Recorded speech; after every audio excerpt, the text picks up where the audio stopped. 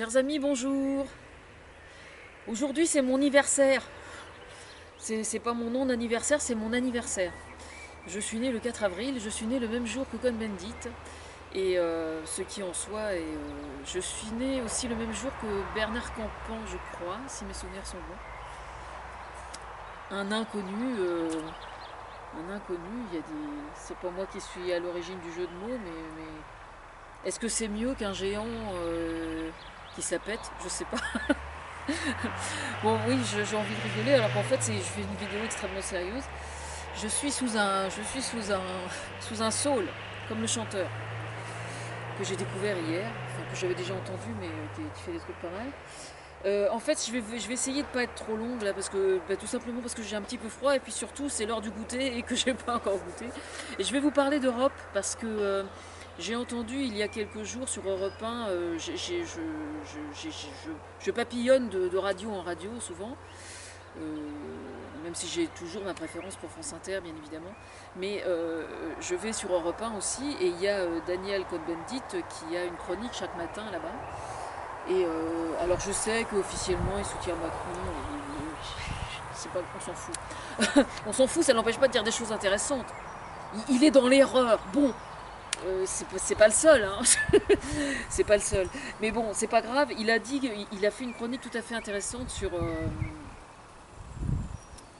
un livre qui vient de sortir sur l'Europe, qui compile la totalité des anti-européens, des eurosceptiques depuis le début de la création de l'Europe. Et tous les coups bas, et tous les arguments à la con, toute la mauvaise foi, etc., etc. Et donc, c'est les salauds de l'Europe, ça s'appelle. Les salauds de l'Europe. Et ça m'embête. Les salauds de l'Europe, et les salauds de l'Europe, les salauds de l'Europe, ça compile donc tous ces gens en fait qui ne supportent pas l'Europe. Et donc c'est tout à fait intéressant de montrer, de parler de l'Europe. Oui, je vais y arriver.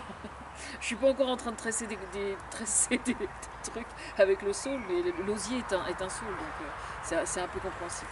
Bon, toujours est-il que je vais y arriver avec le saule. Bon, c'est bien un jour de mon anniversaire, en fait c'est ma nature profonde qui ressort, donc c'est très bien. Non, mais au sujet de l'Europe, moi je suis une pro-Europe à fond la caisse, pour la simple raison, je vais essayer d'être sérieuse 5 minutes quand même. Il se trouve qu'aujourd'hui la mondialisation de toute façon elle est là. Et que prétendre, quand j'entends le discours de Marine Le Pen ou des pro-Brexit, prétendre qu'on peut lutter contre, c'est complètement ridicule. Parce qu'en fait, la mondialisation, elle est là de toute façon. Je veux dire, si vous allez dans un supermarché et que vous remplissez votre caddie comme font énormément de gens, quand ils en ont les moyens et qu'ils ont la chance de pouvoir le faire, vous vous rendez compte qu'il y a énormément de produits qui viennent d'autres pays de France. Donc elle est déjà là, la mondialisation. Dès que vous ouvrez la télévision, quelle que soit la chaîne que vous ouvriez, que vous regardiez, pardon, elle est là aussi, la mondialisation. Et puis c'est un bienfait, la mondialisation. Ça apporte énormément de choses, la mondialisation. Ça n'apporte pas que des emmerdements. C'est exactement comme si, au début du siècle précédent, on ait refusé l'avènement de la voiture automobile, sous prétexte que les gens qui élevaient des chevaux allaient mourir de faim. Je veux dire, le progrès, on peut discuter philosophiquement de la notion de progrès, ça je suis parfaitement d'accord. Il n'empêche que la mondialisation, ça a un effet extrêmement bénéfique, pour moi, c'est que ça permet d'ouvrir son esprit aux gens qui sont extrêmement différents, qui pratiquent d'autres religions que la nôtre, et je ne pense pas nécessairement à l'islam, mais à bien d'autres religions, à d'autres cultures, et ça pour moi c'est un vrai enrichissement. Maintenant, il est bien évident que nous avons certaines lois qui ne sont pas adaptées à cette mondialisation, et donc nous devons créer certaines lois pour nous protéger de ce phénomène de mondialisation qui par certains aspects est effectivement toxique. Mais il ne tient qu'à nous de rendre cette mondialisation plus enrichissante que toxique, tout simplement. C'est ça en fait le challenge.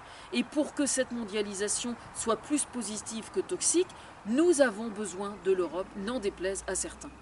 Alors le dernier, je vous recommande le livre qui a été écrit par Isabelle Saportin, qui est passé à On n'est pas couché la semaine dernière. qui s'appelle Du courage. Ça me renvoie à la chanson de la grande Sophie qui m'aide beaucoup depuis plusieurs années quand je me décourage. Du courage, du courage, du courage. Et, euh, et c'est peut-être pour ça que le livre s'appelle comme ça d'ailleurs. Et justement, elle raconte tous les combats qu'elle mène en tant que journaliste d'investigation pour faire bouger certaines choses.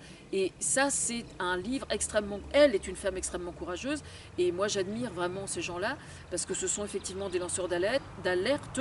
Et si au sein de l'Europe aujourd'hui, il se trouve des gens qui bizarrement ont énormément de mal à intégrer la notion, la notion comment dire, la nécessité de créer un statut de lanceur d'alerte dont je fais partie et dont elle fait partie aussi, ça n'est pas pour rien. C'est parce que justement il y a les lobbies financiers dans l'agroalimentaire qui sont derrière.